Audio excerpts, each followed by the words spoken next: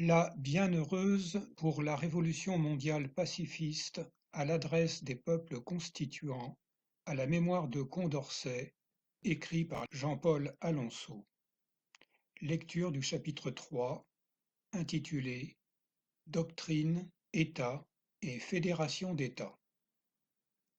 Premier paragraphe, intitulé Universalisme et relativisme. Les peuples doivent avoir été instruits de la supériorité absolue de la désobéissance civile pour ne pas retomber dans la spirale infernale de la violence révolutionnaire. Cette stratégie demande que les pays industrialisés et ceux qui les servent doivent adopter un nouveau paradigme civilisationnel pour sortir de la terrible fin que leur prépare le système mondialiste. Pour que la révolution s'opère dans le monde entier, avec tous les peuples, en confiance et sur un plan d'égalité, il faudra sortir de l'idée d'universalisme écrite par les Occidentaux. La Déclaration universelle des droits de l'homme de 1948 n'a été ratifiée que par 58 États, traduite en 500 langues sur le site de l'ONU. On peut s'interroger à qui elle s'adresse vraiment, puisque les Occidentaux ne respectent pas leurs propres règles dès que leurs intérêts économiques sont menacés. Effectivement, de nombreuses décisions de l'ONU sont bloquées par le droit de veto des 5 membres permanents du Conseil de sécurité, représentés par la République populaire de Chine, les États-Unis d'Amérique, la République française, le Royaume-Uni de Grande-Bretagne et d'Irlande du Nord et la Fédération de Russie. À quel type d'universalisme peut prétendre une telle organisation si les actes ne cadrent pas avec les mots? L'universalisme et l'humanisme, qui ont exclu la femme et la nature de leurs préoccupations, ne sont rien d'autre qu'un catéchisme qui a voulu imposer à la terre entière la vision de quelques penseurs masculins blancs, vision qui s'est réalisée et dont nous mesurons en ce début de XXIe siècle les immenses dégâts humains et environnementaux. Sur les quelques 6000 langues recensées par l'historien des peuples Jean Sellier, 25 d'entre elles et autant de peuples s'éteignent chaque année avec leur dernier locuteur. Je propose de remplacer l'universalisme par le relativisme qui respecte les traditions et les cultures de chaque peuple. Qu'elle soit laïque ou religieuse, la morale ou l'éthique que reconnaît un peuple ne peut être que relative et plurielle, parce qu'il existe autant de morale que de peuples libres. Pour donner une réponse juridique à ce concept, j'ai inventé la morale fondamentale qu'il faudrait inscrire dans le droit international. La morale fondamentale n'est pas une invention en elle-même, mais la reconnaissance de la culture d'un peuple quelconque qui, à ce titre, devient juridiquement libre selon sa propre volonté. Dès lors, la souveraineté d'un peuple est incarnée par ses droits fondamentaux, desquels découle sa propre morale fondamentale. De plus, je propose que des droits juridiques soient reconnus aux peuples qui ne sont pas constitués en État pour éviter qu'ils soient exploités par les États constitués. S'ils le souhaitent, ces peuples doivent prendre une place équivalente à celle des États constitués au sein de l'ONU après une enquête qui attestera leur existence. Et si certains d'entre eux souhaitent rester en dehors des institutions des États et du concert des nations, nous devrons respecter leur volonté.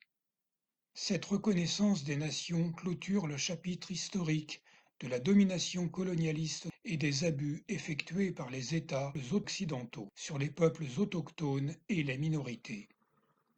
La sixième République fédérale française reconnaîtra donc les droits fondamentaux et la morale fondamentale laïque ou religieuse de chaque peuple, pourvu qu'il respecte la paix internationale, l'humanité et les équilibres écologiques et climatiques. Désormais, quand un peuple n'adhérera pas à la vision de ses voisins, il ne leur enverra pas sa Bible ou le Coran et ses soldats, ses missiles et ses drones, pour leur imposer sa doctrine. il s'expliquera dans de grands forums organisés entre nations et ou États. Le bon sens et la vérité l'emporteront toujours, pourvu que la parole soit libérée de l'influence des groupes de pression financiers qui ne servent que leurs intérêts privés et non ceux des peuples ou de l'humanité. La différence entre la morale religieuse de type révélé et la morale laïque issue d'une organisation démocratique est que cette dernière peut être remise à jour selon l'évolution de nos connaissances et des mœurs. La morale fondamentale établie selon les règles démocratiques deviendra la cheville ouvrière de toutes les institutions politiques de la Sixième République. Revenons à notre triste époque. En novembre 2020, le documentaire Hold Up a donné la parole à des médecins et des professeurs qui ont alerté l'opinion sur la manière dont est gérée la pandémie Covid-19, en apportant la preuve que le but des autorités sanitaires n'était plus la protection des populations, mais leur contrôle et la vente de vaccins au prix de très nombreuses vies humaines. Derrière le Great Reset se cache un vaste projet de contrôle du monde via Internet, la monnaie électronique, le transhumanisme, l'eugénisme et un humanicide qui a commencé. Mais l'exploitation des populations n'est pas nouvelle. Il suffit d'observer l'histoire du XXe siècle, bien avant la révélation de Wikileaks sur les crimes du Pentagone des États-Unis d'Amérique. Sous la Ve République, nos gouvernements ont commandité avec les services secrets ou des mercenaires, assassinats, empoisonnements, opérations commando, guerres secrètes sanglantes n'épargnant pas les civils, coups d'État pour mettre en place des dictatures, enlèvements, actes de torture et exécutions sommaires, villages rasés ou incendiés en Afrique. Cette opacité politique se cache sous l'appellation raison d'État et la manipulation médiatique. Les mensonges sanitaires et la minimisation de la situation climatique mettent l'humanité entière en danger. Pendant la pandémie, le gouvernement a distribué des milliards d'euros aux industries pharmaceutiques, alors que notre système hospitalier manquait et manque toujours de cruels moyens et de personnel. Certains experts médicaux accusent les pouvoirs publics d'être responsables de cette crise sanitaire.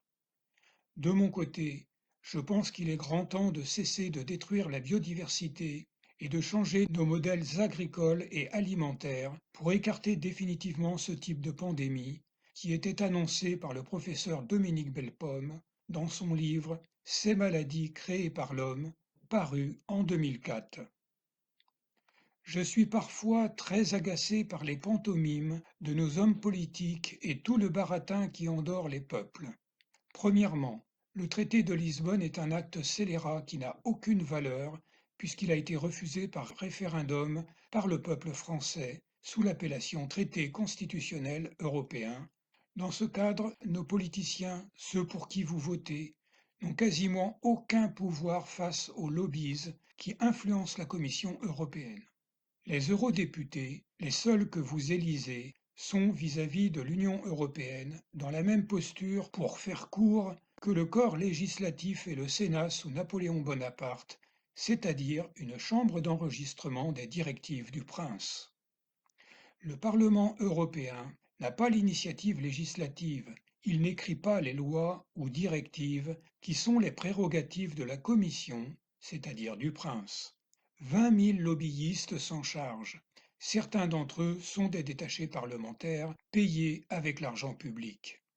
La Commission et ses commis sont responsables de plus de 50% des directives qui doivent être transcrites obligatoirement dans la législation des 27 États sous peine d'amende. Les eurodéputés peuvent refuser de les approuver par le vote, demander des modifications ou faire des propositions, mais rien de plus. Nos députés nationaux ne sont pas moins des pantins, puisqu'il leur reste à écrire moins de 50% des lois nationales qui doivent cadrer avec un traité scélérat. La France doit quitter l'Union européenne pour retrouver sa souveraineté dans tous les domaines. Il faut savoir être patient, car les esprits ne changeront pas en une lecture ou un discours, Les siècles de servage étatique déguisé qui ont entraîné les peuples dans le nationalisme, le racisme, les guerres, l'esclavagisme, le colonialisme, le sexisme, l'individualisme, le consumérisme et l'exploitation des pays du Sud avant de tomber eux-mêmes en esclavage. Deuxième paragraphe intitulé L'État. L'État est censé gouverner la population d'un territoire sur lequel il impose, selon les expressions en vigueur, sa puissance juridique, policière, militaire et fiscale. On doit ajouter aujourd'hui l'ordre sanitaire, alimentation comprise, et les équilibres écologiques et climatiques. Le prince et les citoyens passent. L'État demeure tant qu'il n'est pas réformé ou renversé par les urnes, une révolution, un coup d'État ou un envahisseur. Juridiquement, l'État est une personne morale détachée de la personne physique des gouvernants qui exercent un mandat en son nom. L'État se distingue des autres organisations nationales de droit public ou de droit privé par sa puissance militaire, d'où l'expression État souverain et puissance étatique ou encore souveraineté nationale qui n'a jamais été la souveraineté du peuple. Le droit public définit les éléments constitutifs de l'État. La Convention internationale panaméricaine, signée à Montevideo fin 1933, a défini l'État comme étant une personne de droit international qui doit réunir les conditions suivantes. Article 1er. Une population permanente, un territoire déterminé, un gouvernement, une capacité d'entrer en relation avec les autres États. Article 2. L'État fédéral constitue une seule personne devant le droit international. Article 4. Les États sont juridiquement égaux. Les droits de chaque État ne dépendent pas du pouvoir dont ils disposent. Article 9. La juridiction des États dans les limites du territoire national s'applique à tous les habitants. Les étrangers ne pourront pas prétendre à des droits différents ni plus étendus que ceux des nationaux. Article 11. Le territoire des États est inviolable et ne peut pas faire l'objet d'occupations militaires ni d'autres mesures de force imposées par un autre État. Cette convention ne mentionne pas la Constitution, qui n'est pas indispensable comme c'est le cas au Royaume-Uni. L'État unitaire n'est pas mentionné dans cette convention. La délégation des États-Unis d'Amérique signe cette convention avec les réserves suivantes. J'estime regrettable que durant la courte durée de cette conférence, on ne dispose pas, semble-t-il, du temps suffisant pour élaborer des interprétations et des définitions des termes fondamentaux consignés dans le rapport. De telles définitions et interprétations permettraient à chaque gouvernement de procéder de façon uniforme, sans aucune différence d'opinion ou d'interprétation. J'espère qu'un travail si important sera réalisé le plus tôt possible. Fin de citation.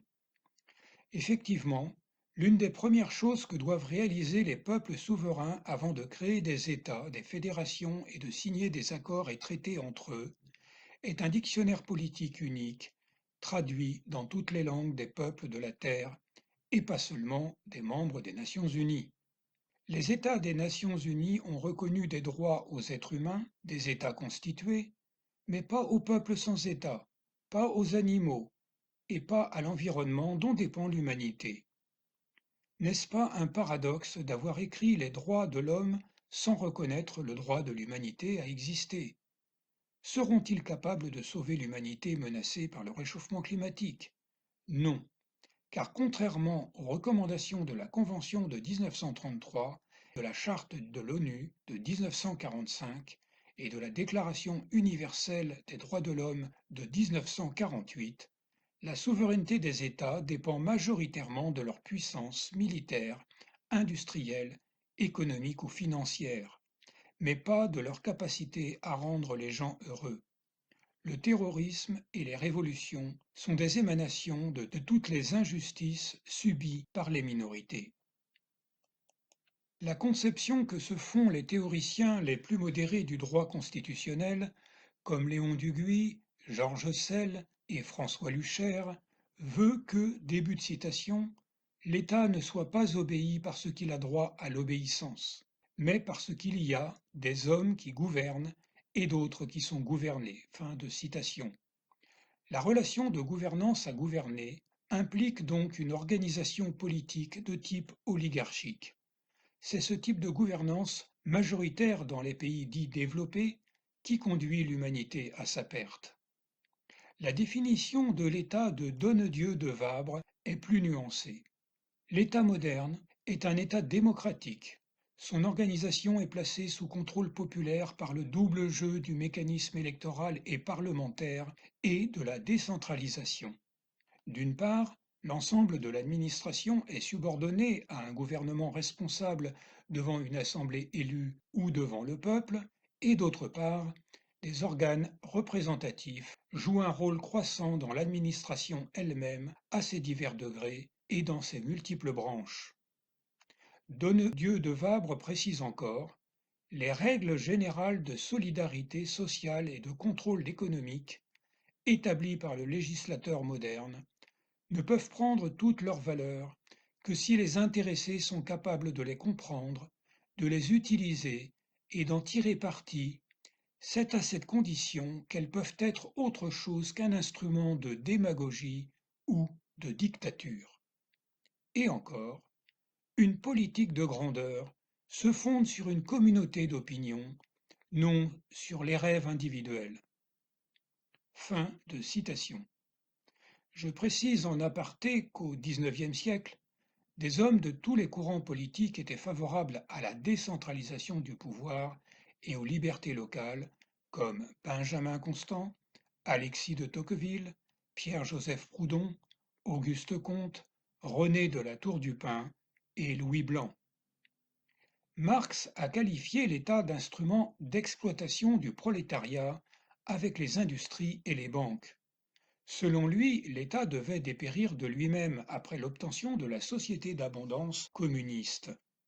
Je pense que ce qui était en cause à l'époque de Marx et encore aujourd'hui n'est pas l'État en lui-même, mais son organisation politique, économique, sociale et environnementale, la fédération d'États étant toujours préférable à un État unitaire parce que la disposition de ses institutions empêche le centralisme autoritaire de type oligarchique. Les multiples États fédérés, qui sont autant de petits pouvoirs, contrebalancent la concentration du pouvoir, qui est une tendance naturelle des hommes dits de pouvoir.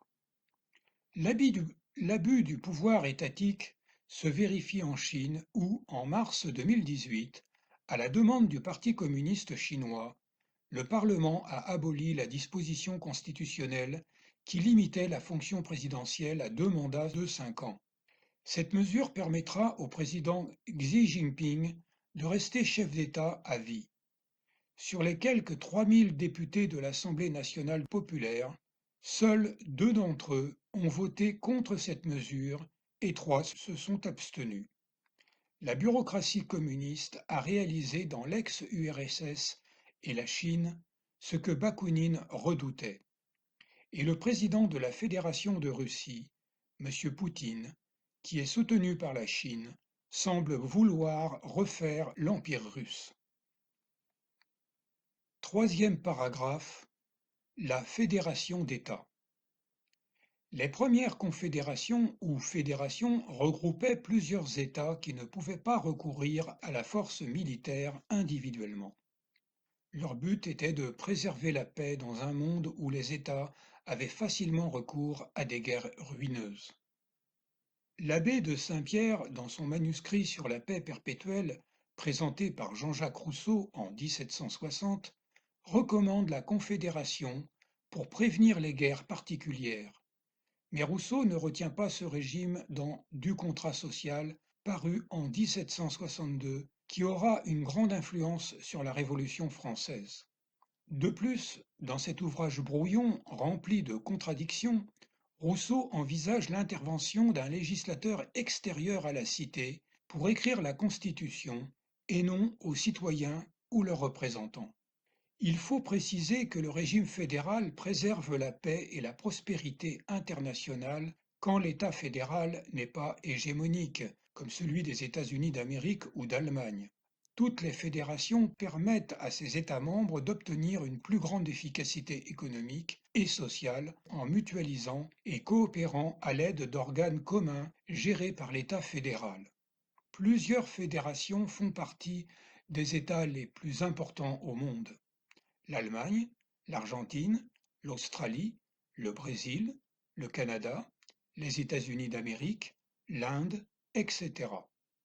Une fédération aurait instauré plus d'égalité entre les Européens que l'actuel traité de Lisbonne, qui a été rejeté par les Français et Françaises en 2005 sous l'appellation Traité constitutionnel européen, avant d'être approuvé par le Parlement français en 2007. Une fédération est donc préférable à l'État unitaire français et à l'Union européenne au pouvoir centralisé. Une fédération compte autant de constitutions que d'États membres, plus une constitution fédérale: 16 plus 1 en Allemagne, 26 plus 1 en Suisse, 50 plus 1 aux États-Unis d'Amérique, etc. La fédération française proposée dans la Bienheureuse transforme les départements français en États fédérés et compte 102 constitutions départementales plus une constitution fédérale. Il faut préciser que la France est le pays d'Europe qui possède le plus de communes, soit 34 965 au 1er janvier 2021. Le nombre de 102 États fédérés proposés est donc proportionné au nombre des communes françaises. Dans une fédération, chaque État fédéré possède son conseil ou gouvernement, son parlement et sa part de législation à écrire. Son degré d'autonomie dépend de la Constitution fédérale qui définit l'organisation politique de la fédération. L'État fédéral possède des organes constitutionnels, exécutifs, législatifs, juridictionnels, bancaires et militaires distincts de ceux des États fédérés. Il les représente sur le plan international pour conclure les accords et les traités. Les peuples fédérés doivent rester vigilants sur le contenu de la Constitution fédérale et des accords et traités qui les lient sur le plan international. Ces ententes ne doivent pas s'appliquer aux États fédérés sans avoir été approuvées par leur assemblée ou un référendum pour les ententes importantes. Dans la Bienheureuse, les contre-pouvoirs populaires, veto, pétition, initiative populaire, accusation et révocation, forment avec le mandat impératif et le référendum d'autres garanties du bon exercice de la démocratie. Si les accords ou traités conclus avant la Sixième République sont des DOL, D-O-L-S, le peuple français peut les contester. Aux États-Unis d'Amérique, les États fédérés peuvent conclure des accords internationaux sous réserve de l'approbation de l'État fédéral, idem pour les Länder allemands. Mais nous devons garder en tête, dans le contexte du réchauffement climatique, les limites que nous impose l'environnement à vouloir conclure des accords de libre-échange. Tant que l'équilibre des climats n'a pas été retrouvé, les États doivent, autant qu'il est possible, produire et consommer leurs produits sur place pour éviter les émissions de gaz à effet de serre. Je vous remercie pour votre attention. Vive la révolution mondiale pacifiste.